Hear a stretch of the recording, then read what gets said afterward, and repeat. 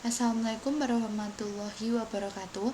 Perkenalkan, nama saya Widiawati dengan NIM 2253366 dari kelas 3E Prodi Teknik Informatika. Di sini saya akan menjelaskan modul 3 dari mata kuliah Jaringan Komputer Dasar.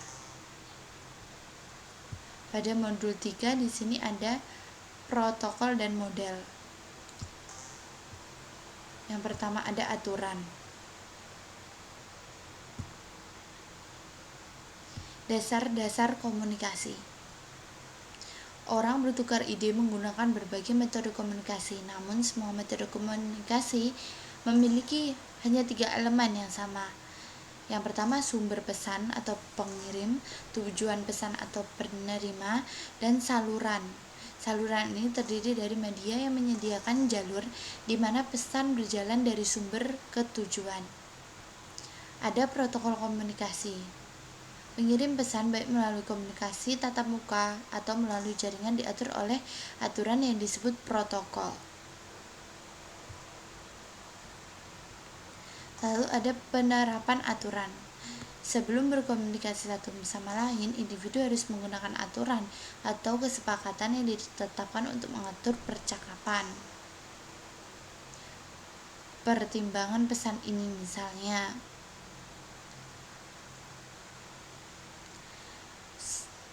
dalam contoh ini sulit dibaca dan tidak jelas.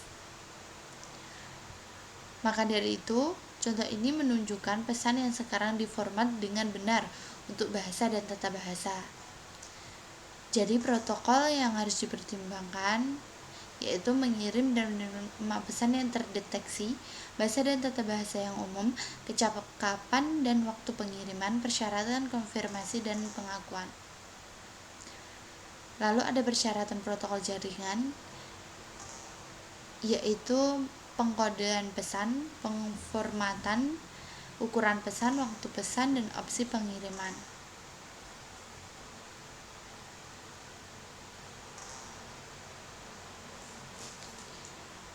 Lalu ada pengkodean pesan. Salah satu langkah pertama untuk mengirim pesan adalah pengkodean. Pengkodean adalah proses mengubah informasi menjadi bentuk data yang bisa diterima. Lalu ada penformatan dan enkapsulasi pesan. Pesan tersebut harus menggunakan format atau terstruktur tertentu. Format pesan bergantung pada jenis pesan dan saluran yang digunakan untuk menyampaikan pesan. Contohnya seperti ini.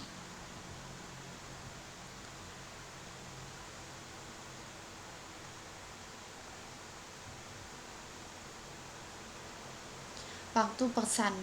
Pengaturan pesan juga sangat penting dalam komunikasi jaringan. Waktu pesan mencakup hal berikut, yaitu kontrol aliran, batasan waktu respon, dan metode akses. Lalu ada opsi pengiriman pesan.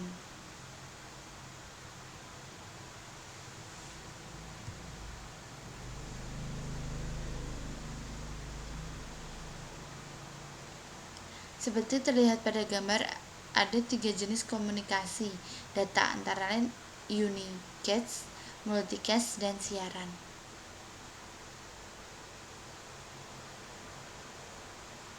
Ini contohnya unicast, multicast, dan siaran. Lalu materi kedua ada protokol.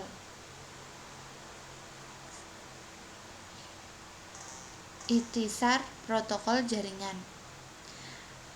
Tabel di sini menjelaskan jenis protokol yang diperlukan untuk mengaktifkan komunikasi melalui satu atau lebih jaringan. Jenis protokol di sini ada protokol komunikasi jaringan, keamanan jaringan, perutean, penemuan layanan beserta keterangannya. Lalu ada fungsi protokol jaringan. Protokol komunikasi jaringan bertanggung jawab atas berbagai fungsi yang diperlukan untuk komunikasi jaringan antar perangkat, misalnya pada gambar ini. Fungsi protokol sendiri yaitu mengatasi keandalan alur kontrol, pengaturan, deteksi kesalahan antarmuka aplikasi. Lalu ada interaksi protokol. Pesan yang dikirim melalui jaringan komputer biasanya memerlukan penggunaan beberapa protokol masing-masing dengan fungsi yang formatnya sendiri, seperti pada gambar di bawah ini. Protokol pada gambar dijelaskan sebagai berikut. Ada HTTP, ada protokol kontrol transmisi, ada internet protokol, ada Ethernet. Selanjutnya ada switch protokol. Switch protokol jaringan.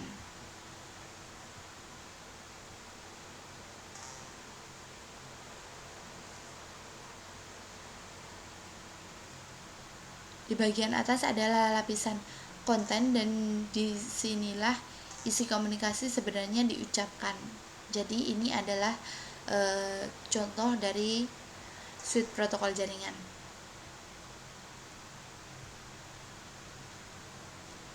Evolusi switch protokol jaringan. Ini adalah untuk evolusi switch protokol jaringan. Aplikasi mengangkut internet akses jaringan. Ada iOS, AppleTalk, perangkat lunak. Lalu contoh protokol TCP atau IP.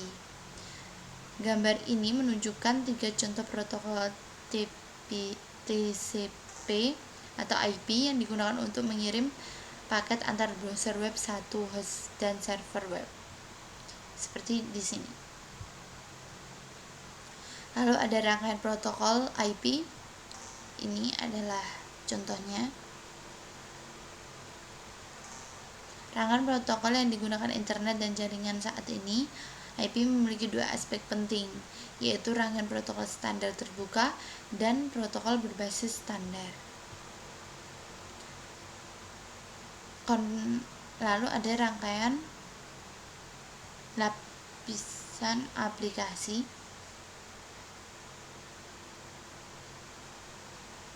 Di sini ada DNS, surel, pemindahan berkas, web dan layanan web. Ada proses komunikasi IP. Ini adalah contoh proses komunikasi IP.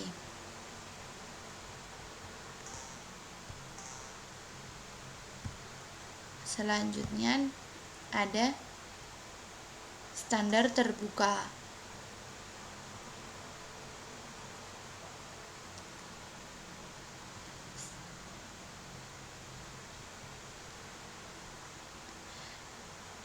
Dalam jaringan, standar dikembangkan oleh organisasi standar internasional. Standar terbuka mendorong interoperabilitas, persaingan, dan inovasi. Mereka juga menjamin bahwa produk dari satu perusahaan tidak dapat memonopoli pasar atau mempunyai keunggulan dan tidak adil atas pesaingnya. Seperti contoh di bawah ini. Lalu ada standar internet. Ini contohnya. Ada Internet Society, Dewan Arsitektur Internet, Satuan Tugas Rekayasa Internet, dan Internet Research Task Force.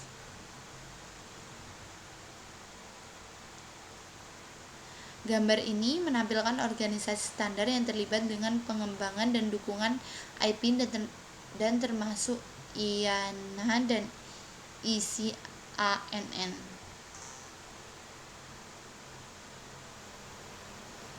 Lalu ada standar elektronik dan komunikasi. Untuk organisasi standar ini meliputi Institute of Electronical and Electronics Engineers, Electronic Industries Alliance, Asosiasi Industri Telekomunikasi, Sektor Standarisasi Persatuan Telekomunikasi Internasional. Selanjutnya ada model referensi. Manfaat menggunakan model berlapis. yaitu membantu dalam desain protokol, karena protokol yang berfondasi pada lapisan tertentu telah menentukan informasi, menumbuhkan persaingan, mencegah perubahan teknologi, menyediakan bahasa umum. Ini contoh gambarnya. Lalu ada model referensi iOS. Di sini ada lapisan model iOS, aplikasi presentasi, sesi transportasi jaringan, tautan data dan fisik. Lalu ada model protokol IP. Lapisannya ada aplikasi, transportasi internet, dan akses jaringan. Perbandingan model iOS dan IP. Di sini ada perbandingannya model iOS dan IP. Di model iOS ini ada 7, yaitu aplikasi presentasi, sidang, mengaku, jaringan, hubungan data, dan fisik. Sedangkan di model IP ini hanya ada 4, yaitu aplikasi, lalu mengangkut, internet, dan akses jaringan.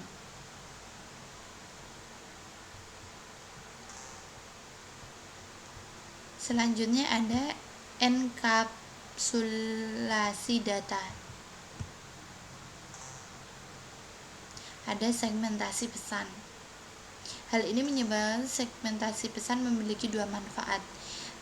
Manfaat dari segmentasi pesan yaitu meningkatkan kecepatan dan meningkatkan efisien.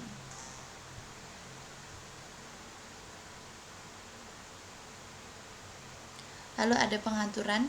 Dalam komunikasi jaringan, setiap segmen pesan harus melalui proses serupa untuk memastikan bahwa pesan tersebut sampai ke tujuan yang benar dan dapat disusun kembali menjadi isi pesan asli seperti yang ditujukan pada gambar. Lalu ada unit data protokol. Misalnya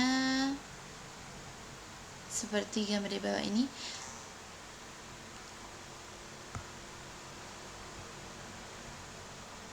Di sini ada data segmen paket bingkai. Ini ada contoh enkapsulasi. Ini ada contohnya. Ada juga contoh deenkapsulasi.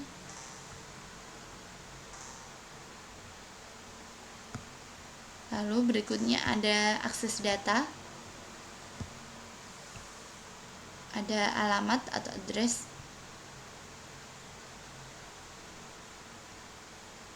Seperti yang ditujukan pada gambar, protokol di kedua lapisan berisi alamat sumber dan tujuan, namun alamatnya memiliki 2 tujuan yang berbeda. Yang pertama alamat sumber dan tujuan lapisan jaringan, yang kedua alamat sumber dan tujuan lapisan data link.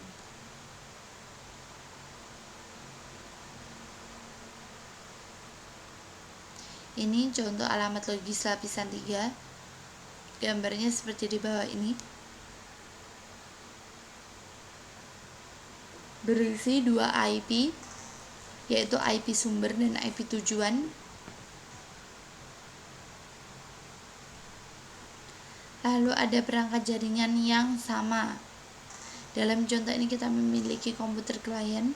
PC1 berkomunikasi dengan server FTP pada jaringan IP yang sama, yaitu alamat IPv4 sumber dan alamat IPv4 tujuan. Ini contohnya. Lalu ada peran alamat lapisan data link jaringan IP yang sama. Ini adalah contoh gambarnya.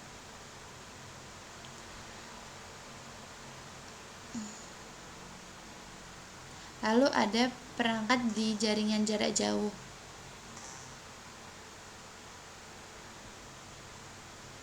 Dalam contoh ini kita memiliki komputer klien. PC1 berkomunikasi dengan server bernama web server pada jaringan IP yang berbeda. Peran alamat lapisan jaringan. Hal ini akan ditujukan oleh bagian jaringan dari alamat IP host tujuan, yaitu alamat IPv4 sumber dan alamat IPv4 tujuan.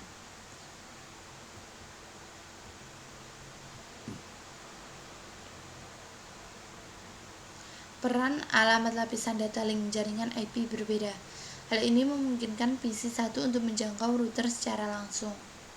Di sini ada alamat MAC sumber dan alamat MAC tujuan.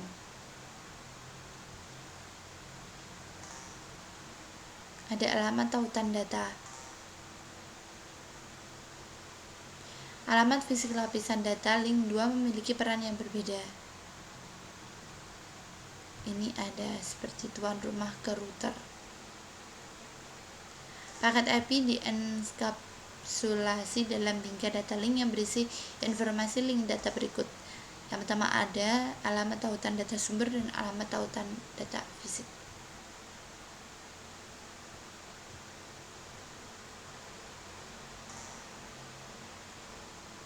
Ya, mungkin sekian penjelasan dari saya dari modul 3.